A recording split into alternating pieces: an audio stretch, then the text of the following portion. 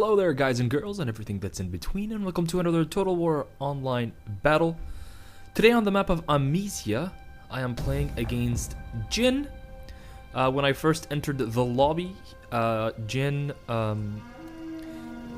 typed a love sign and said that he was a big fan and a viewer of mine. So I really like when this happens because first of all, it makes me feel like I'm this huge online celebrity.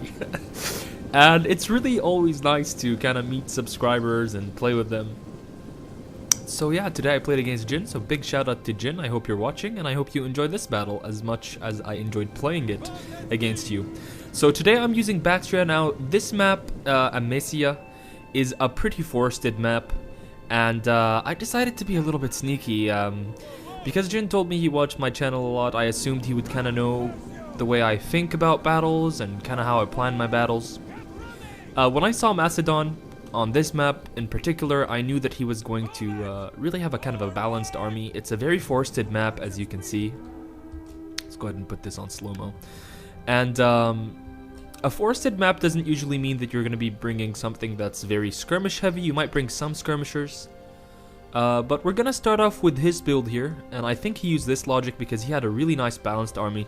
He had 5 units of these regular hoplites at the front. Again, hoplites aren't the best sort of medium infantry troop in the game, but 5 of them is a really nice front line. He supported that with actually a pretty strong skirmisher contingent, 3 mercenary Cretan archers and 1 Rhodian slinger. So again, very, very strong skirmish force. At the back here, he's got 3 Thurios spears. He's going to have those nice javelins, and he's going to be able to support his front line really well. And then 2 more units, and these are going to be his shield bearers, I believe. So he has kind of heavy, well, not really super elite, but elite infantry, really strong archer contingent, and then some strong cav. His cav is this Thessalian cavalry, who's actually going to come close here to my Baktrian noble horse. I'm going to pause real quick because the action, as you can see, is going to start very quickly. He has more citizen cav, I believe 3 citizen cav here, and some Thessalian cav. So cavalry is kind of his weakest contingent. Here are the Thessalian cav. So when I saw this Macedonian build on this map, I figured I'm gonna go extremely risky, and I actually went with a Baktrian skirmish army. Bactria is one of my favorite factions to skirmish with, just because they have really good medium cavalry, they have a really nice range of ranged units, wow, that no pun intended there, and they also have really good shock cav. So I've got 4 units of these Baktrian noble horse, and I put them on my right flank. I've got 5 units of these Persian light archers. These are decent archer troops. Their stats aren't outstanding, but they're okay. They have really low armor, so they do die to enemy skirmishers, so you kind of gotta use them very carefully. And then I have 1 unit of, I believe 1 unit of Thurios spears of my own, and 2 units of these regular Eastern Spearmen. Again, Eastern Spearmen are very, very bad. They're probably the worst spear unit in the game. They only cost 180 though, so they're kind of a screen. Finally, I've got 2 units of Baktrian Royal Cav and 1 unit of Hellenic Royal Cataphract. Or not Hellenic Royal Cataphract, just Hellenic Cataphract. 120 hit points. Wow. Okay. So let's go ahead and play and talk through some of this logic. I've sent all of my horse archers to the trees over here.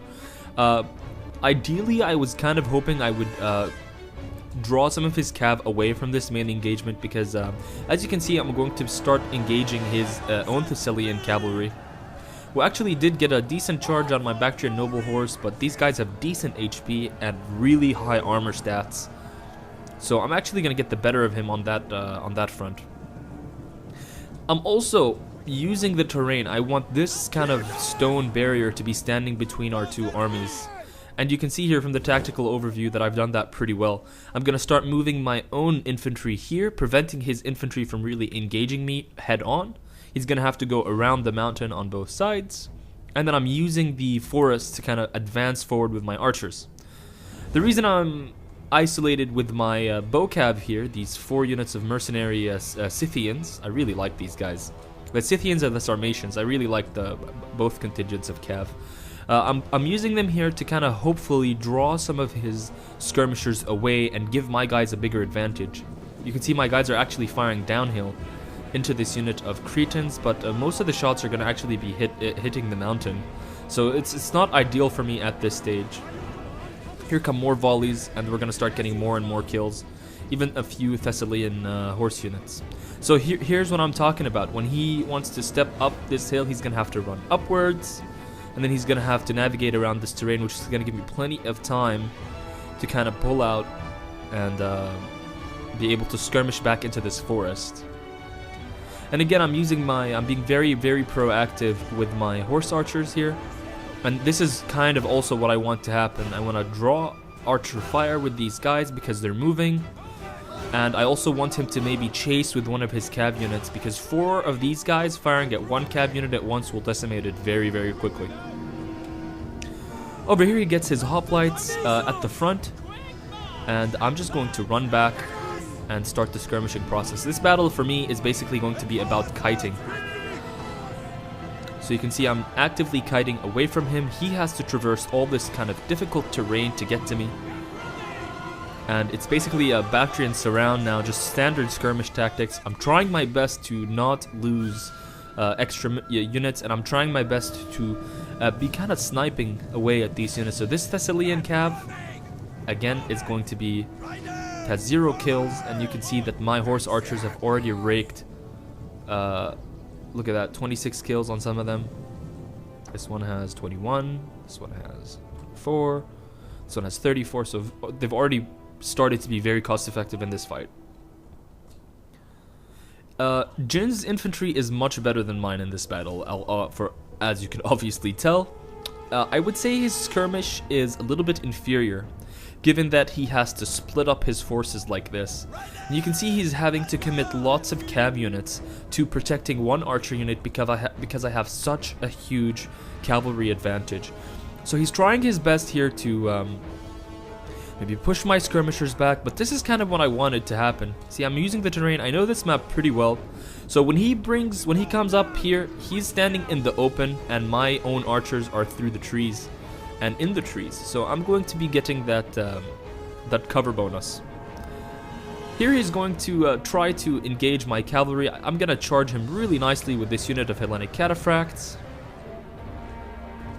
And I'm also still harassing in the rear here. Now he's going to try to push forward to get the infantry fight on as soon as possible. One thing I would probably advise Jinn and just anybody in general, if you guys are watching this, or if Jinn is watching this, you guys are obviously watching this because you're watching this. But one thing that you should have tried to do, or if you're in a situation like this and someone is kiting aggressively, you want to be using your cav on the flanks where the opponent doesn't have much cav. Keep your skirmishers close to your line and actually actively go forward. You can see he's pushing forward a little bit, stopping, giving me time to kind of run away. But to be fair to him, I am doing a pretty darn good job at keeping his back lines very occupied. And you can see here I'm bringing units around, and I've essentially split up his army into little patches. This is really good for me. But I am coming closer and closer to the red line, so you can only kite for so long, so you need to kind of do the damage quickly. And notice here how I'm going to actually pull my infantry to the side, and the reason I'm doing this is because I want my my cav to be able to get clean charges through the open, as opposed to having to go through these forests and these trees. I managed to launch a successful cav charge, and now you can see his skirmishers have been limited to these 3 units of mercenary Rhodian slingers. I haven't been able to do much damage to these guys. Or sorry, 1 Rhodian slinger and 2 Cretan archers. And he's actually doing lots of damage to my Persian light archers, and I'm gonna take the moment here to just kind of split up my own archer force. I have a huge cav advantage now, given that all of his cav has pretty much been cleaned up. So I'm going to try my best to come around here, maybe weaken these guys, and this is the meaty, the chewy target I kind of want to get to. My infantry have engaged his hoplites, and now here comes that clean charge I was talking about with these noble blood cav. This is going to be a really nice charge. It's not going to do huge damage on contact, but it's going to bring their morale down. And here we go. I'm sending my cav around, and he doesn't really have enough infantry to be able to catch me. The archers each are being pulled in a separate direction, This one is gonna get caught, however.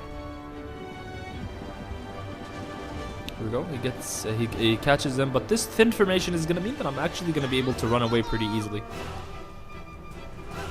So here we are. I actually do get a successful charge through all of these skirmishers. These Cretans are gonna be having a bad time. And that's really my aim at this point, to kill all of his skirmishers. My horse archers have gotten lots of kills up until this point. They're all still intact, but they're running out of ammo. So now I'm going to have to rely on the ammo of my foot skirmishers, and this is why it's so important when you're using a skirmish style like this to get rid of your opponent's cav as soon as you can in the battle. Because when you kill the opponent's cav, the late game is going to be yours to control. So the skirmish cav are really a cav killing tool, and they're a disruption tool, but the real killing power and the real kind of kiting is you're gonna have to do with your foot archers, because they're harder to micro, they're slower, they're more susceptible to infantry and cav charges, they can't get away as easily. Here comes a lovely trample charge against these hoplites. You can see the kills are starting to rise, and here comes another one. And you can actually get away with this. Unbraced hoplites, just normal hoplites, can actually die pretty quickly to shock cav charges, especially when it's shock cav as powerful as these Baktrian royals or as the Hellenic cataphracts. Here I'm just going to basically throw away this Baktrian noble horse. It's already got 135 kills, 37 kills, so it's basically paid for itself, and I want to kind of get rid of this last mercenary Cretan archer.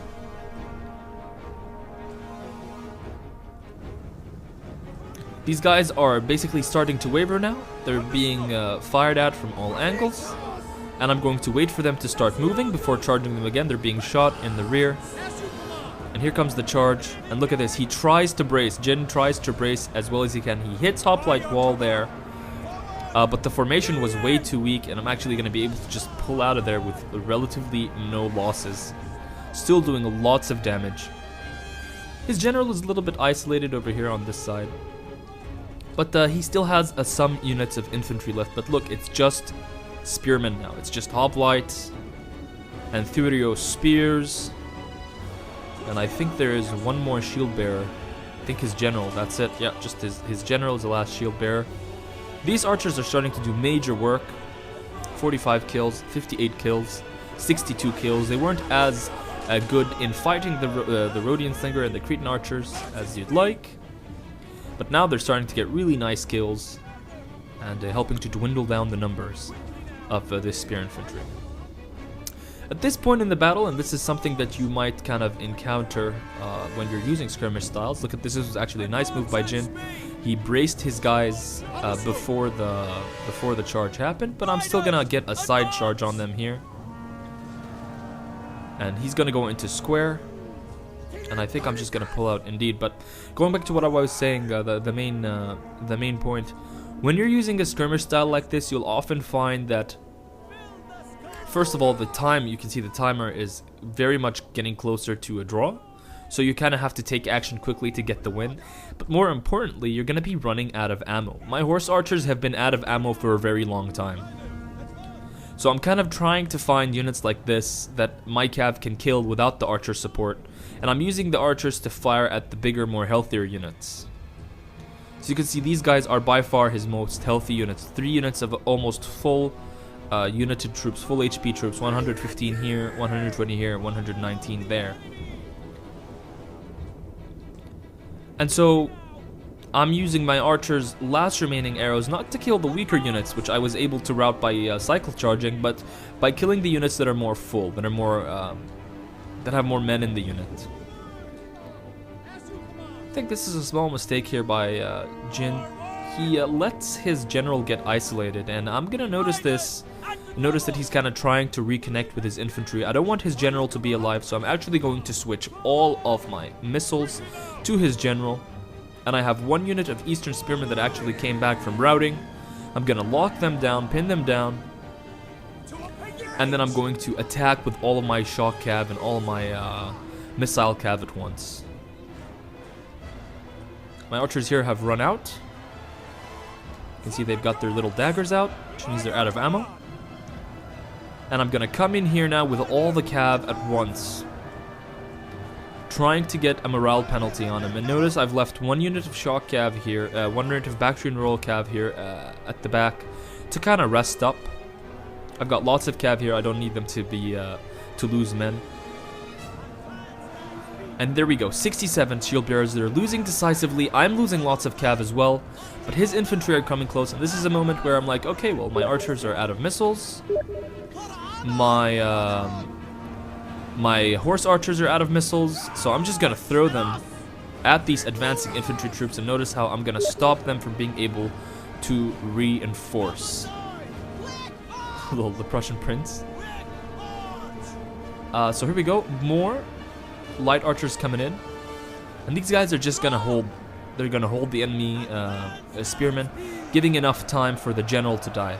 He's down to 45 men. He's still losing decisively. You see, they're all very tired here. They're exhausted. They're losing the combat.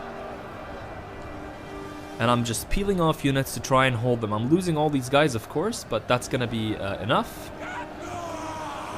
And now I'm going to turn this unit of Baktrian noble horse and start actually attacking this 1 unit of hoplites. This is a full hoplite. But I think at this point I've bought enough time for my units. I'm gonna pull my general out. And here comes another cycle charge, I think, in a little bit. No, he routs. An important thing to note, though, in these kind of builds, I would always recommend bringing a warrior general, because you'll be able to break your opponent at times like this. So 2 minutes left in the fight. So at this point, I was typing to Jinn. I was like, man, you've got lots of troops. You got lots of spearmen left. So I need to... I was like, damn, you know, I thought I wasn't going to be able to win it. But here we go, a trample charge against this unit of hoplites. You can see their formation isn't tight at all. It's not a perfect charge, but look, I'm still getting lots of kills very quickly. And now I'm going to bring in my unit of Baktrian royals. This one has been kind of resting. They're now active as opposed to tired.